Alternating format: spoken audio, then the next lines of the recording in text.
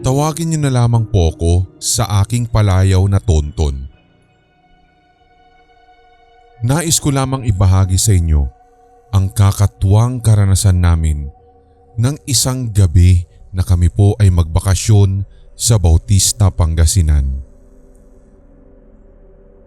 Ito po ay yung province ng isa sa mga pinsan ko at since almost 5 years na rin po kaming hindi nagkikita-kita, nag-decide kami na doon na lamang sa kanila magbakasyon.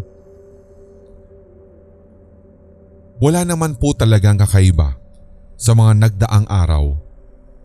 Not until the last night ng bakasyon namin dahil kinabukasan ay uuwi na rin po kami ng Manila. Nag-decide kami na maglaro ng Lucky 9 at doon pa nga ay nung una nalugi ako. Nagpatuloy pa yung pagsusugal namin hanggang sa yung isa sa mga pinsan namin ay nag-aya na maglakad-lakad daw muna kami. Di na sana ako papayag sapagkat alam ko na naman ang mangyayari. Alam ko kasi na kapag sinabi nilang lakad-lakad lang, may kasama na naman itong katatakutan at minsan pa nga ay ghost hunting. Dahil nga last night na rin namin iyon sa Bautista, pumayag na lamang ako dahil una, no choice, wala din ako makakasama pagtulog or pagtambay sa bahay nila at isa pa, mag-11 pa lamang naman iyon ng gabi. Unang nilakaran namin ay ang isang mahabang kalsada which is madadaanan daw doon yung isang malaking bahay. Itong bahay na ito nung natuntun namin ay kapansin-pansin nga na nakatago sa mga malalaki at malalagong kawayanan. Papasukin sana namin yon nung sinabi nilang bahay na yon, pero nawala na lamang bigla ang focus namin dahil umatras yung karamihan sa mga pinsan namin. Yung pinsan ko nga na tiga doon, itinuturo ang bahay na iyon bilang bahay daw ng mangkukulam. Kaya mas mainam ay umalis na lamang daw kami doon at dumiretso na lamang sa isa pang pupuntahan. At ito nga ay ang sementeryo ng bayan. Sobrang layo niya kaya mahabang lakaran na naman ang ginawa namin. May mga kabukiran nga kaming nadaanan at talagang napakadilim dahil wala nga namang mga poste ng ilaw. Halos mangilan-ngilan at mabibilang lamang sa daliri ng kamay ang mga bahay na naroroon.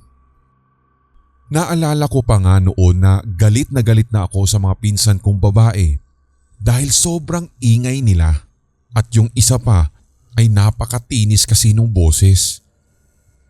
Ayaw ko kasi ng ganun dahil naniniwala ako na baka may magambala kami. Sinigawan ko sila nung malapit na kami sa sementeryo at sabi ko huwag nang mag-iingay at baka may maistorbo kaming mga kaluluwa doon. Pero saktong pagpasok namin, biglaan po silang nagsitawanan at napakalakas pa dahilan para sigawan o sawayin na naman namin sila. Hindi nagtagal, para po akong nakakita sa hindi kalayuan ng isang figurang itim. Bigla itong tumakbo sa may palayan at para pong nawala na lamang ng ganun-ganun na lang sa kakahuyan. Since ako lamang pala ang nakapansin, inignore ko na lang yun. Pero laking gulat ko na lang sa sinabi ng isang pinsan kong lalaki. Nanghihina daw ang tuhod niya. Habang yung kasama niyang tropa ay lumuhod sa puntod bigla at nagtirik pa ng kandila at pinaalis kami. Hindi ko naman akalain talaga, Sir Red, na pagkatapos nun ay sunod-sunod na rin pala kaming makakaramdam ng kung ano-ano. Hindi kami umuwi agad dahil ayaw naming magpagpag sa bahay. Kaya nag-decide muna kami na tumungo doon sa plaza at nilakad na naman namin ito mula doon sa sementeryo kahit na malayo. Kami na lang ang nasa kalsada dahil 12:00 na ng madaling araw iyon. Late night walks ang tawag ng mga pinsan ko doon hanggang sa marating nga namin yung park. As if parang walang nangyari kanina. Pero nung papauwi na kami, nag-decide na kaming dumaan sa may barangay hall na shortcut patungo din sa bahay ng pinsan namin. Ayos naman nung una pero habang tumatagal ay nag-iiba na ang pakiramdam ko. Para kasing hindi ako mapalagay at parang may sumusunod kasi kanina pa. Aaminin ko naman, Sir Red, na talagang dati nakakakita kasi talaga ako ng mga multo, not until sumapit ako noong aking teenage years ay parang konti na lamang yung nakikita ko.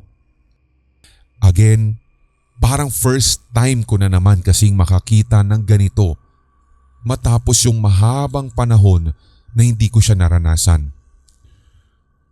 Mas lalo ko pang nalaman talaga sa sarili ko na meron kaming kasama nung malapit na kami sa bahay ng pinsan ko. Paano ba naman kasi sabay-sabay na nagtahulan ng mga aso, hindi lamang yung aso ng mga pinsan ko kundi maging yung mga iba pang askal. Yung iba ring mga aso ng kabilang bahay ay nagsisitahulan ng malakas kahit nasa loob lamang sila ng gate. Ang akala nga nung ibang pinsan ko ay aggressive lamang ang mga ito pero nagulat ako nang bigla akong kinalabit ng isa ko pang pinsan sabay bulong ng, "Ayan kasi, ang iingay nila kanina." May nagambala tuloy tayo doon sa sementeryo. Sinusundan tuloy tayo. Hindi ako naniwala nung una. Baka nagjo-joke lang kasi yung pinsan kong yun. Pero nung nasa hindi kalayuan, sa isang tricycle na nakaparada, nakita ko na naman yung black figure na kanina ay napansin ko sa may kakahuyan. Nakaupo ito dun sa tricycle at pagkatapos ay bumaba at naglakad sa ikutan nun. Bigla na naman siyang nawala after that. Akala ko nga dahil sa mata ko lamang yung problema. Pero tinanong ko yung pinsan ko pero sabi nila ay nakita din daw nila yung black figure. Bago pa kami tuluyang makauwi, madadaanan din kasi namin ang isang sobrang malaking puno ng akasya at napansin namin na sa gitna nung kalsada na kung saan nakatapat yung puno ay merong pusa. Parang pumikit nga lang ako ng ilang segundo at nawala na yung malaking pusang yun. Ang sabi ng pinsan kong kumalabit sa akin kanina, lumipad daw yung pusa pero nagkatawang uwak. Doon din nila sinabi na sa mismong akasyang iyon ay talagang panirahan daw ng mga multo lalong-lalo na ng kapre. Nang madaan na nga kami sa tulay, malayo pa lang nakaramdam ako ng kakaiba. Dito mas kumabog ang aking dibdib. Paano ba naman kasi, Sir Red? Legit na meron pong nakaupong babae doon. Mahaba ang buhok niya at kapansin-pansin na ang suot-suot niyang madumi ngunit puti na damit ay basa. Nung una ay sa palayan siya nakatingin pero nung napatingin din ako sa kanya ng matagal, doon ay napagtanto ko na sa amin pala siya nakatingin. Sinabi ko na ito sa mga pinsan ko kung kaya't yung grupo namin ay nagsipagtakbuhan makalagpas lamang sa naturang tulay. Sinusundan pa din kami ng mga aso nung ilang hakbang na bago kami makalapit sa bahay ni pinsan.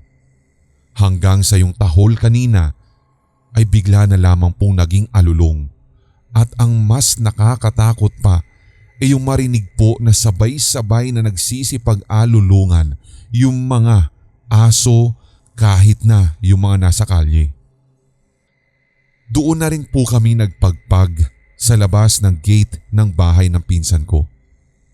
Pagkapasok pagpasok namin, agad ay sinabi ko na magpalit na kami ng damit.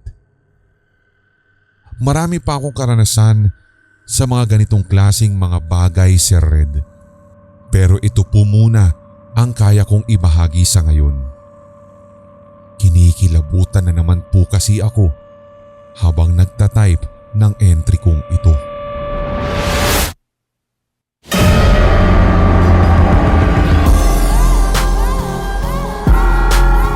At inyong napakinggan ang tampok na one-shot Tagalog horror story. I-like, mag-comment at i-share ang episode na ito sa inyong social media, mga certified kasindak. Huwag pahuhuli sa mga bagong kwentong katatakutan dito sa ating channel, kaya pindutin na ang subscribe button at ang notification bell. Hanggang sa susunod na kwentuhan dito sa Sindak Short Stories.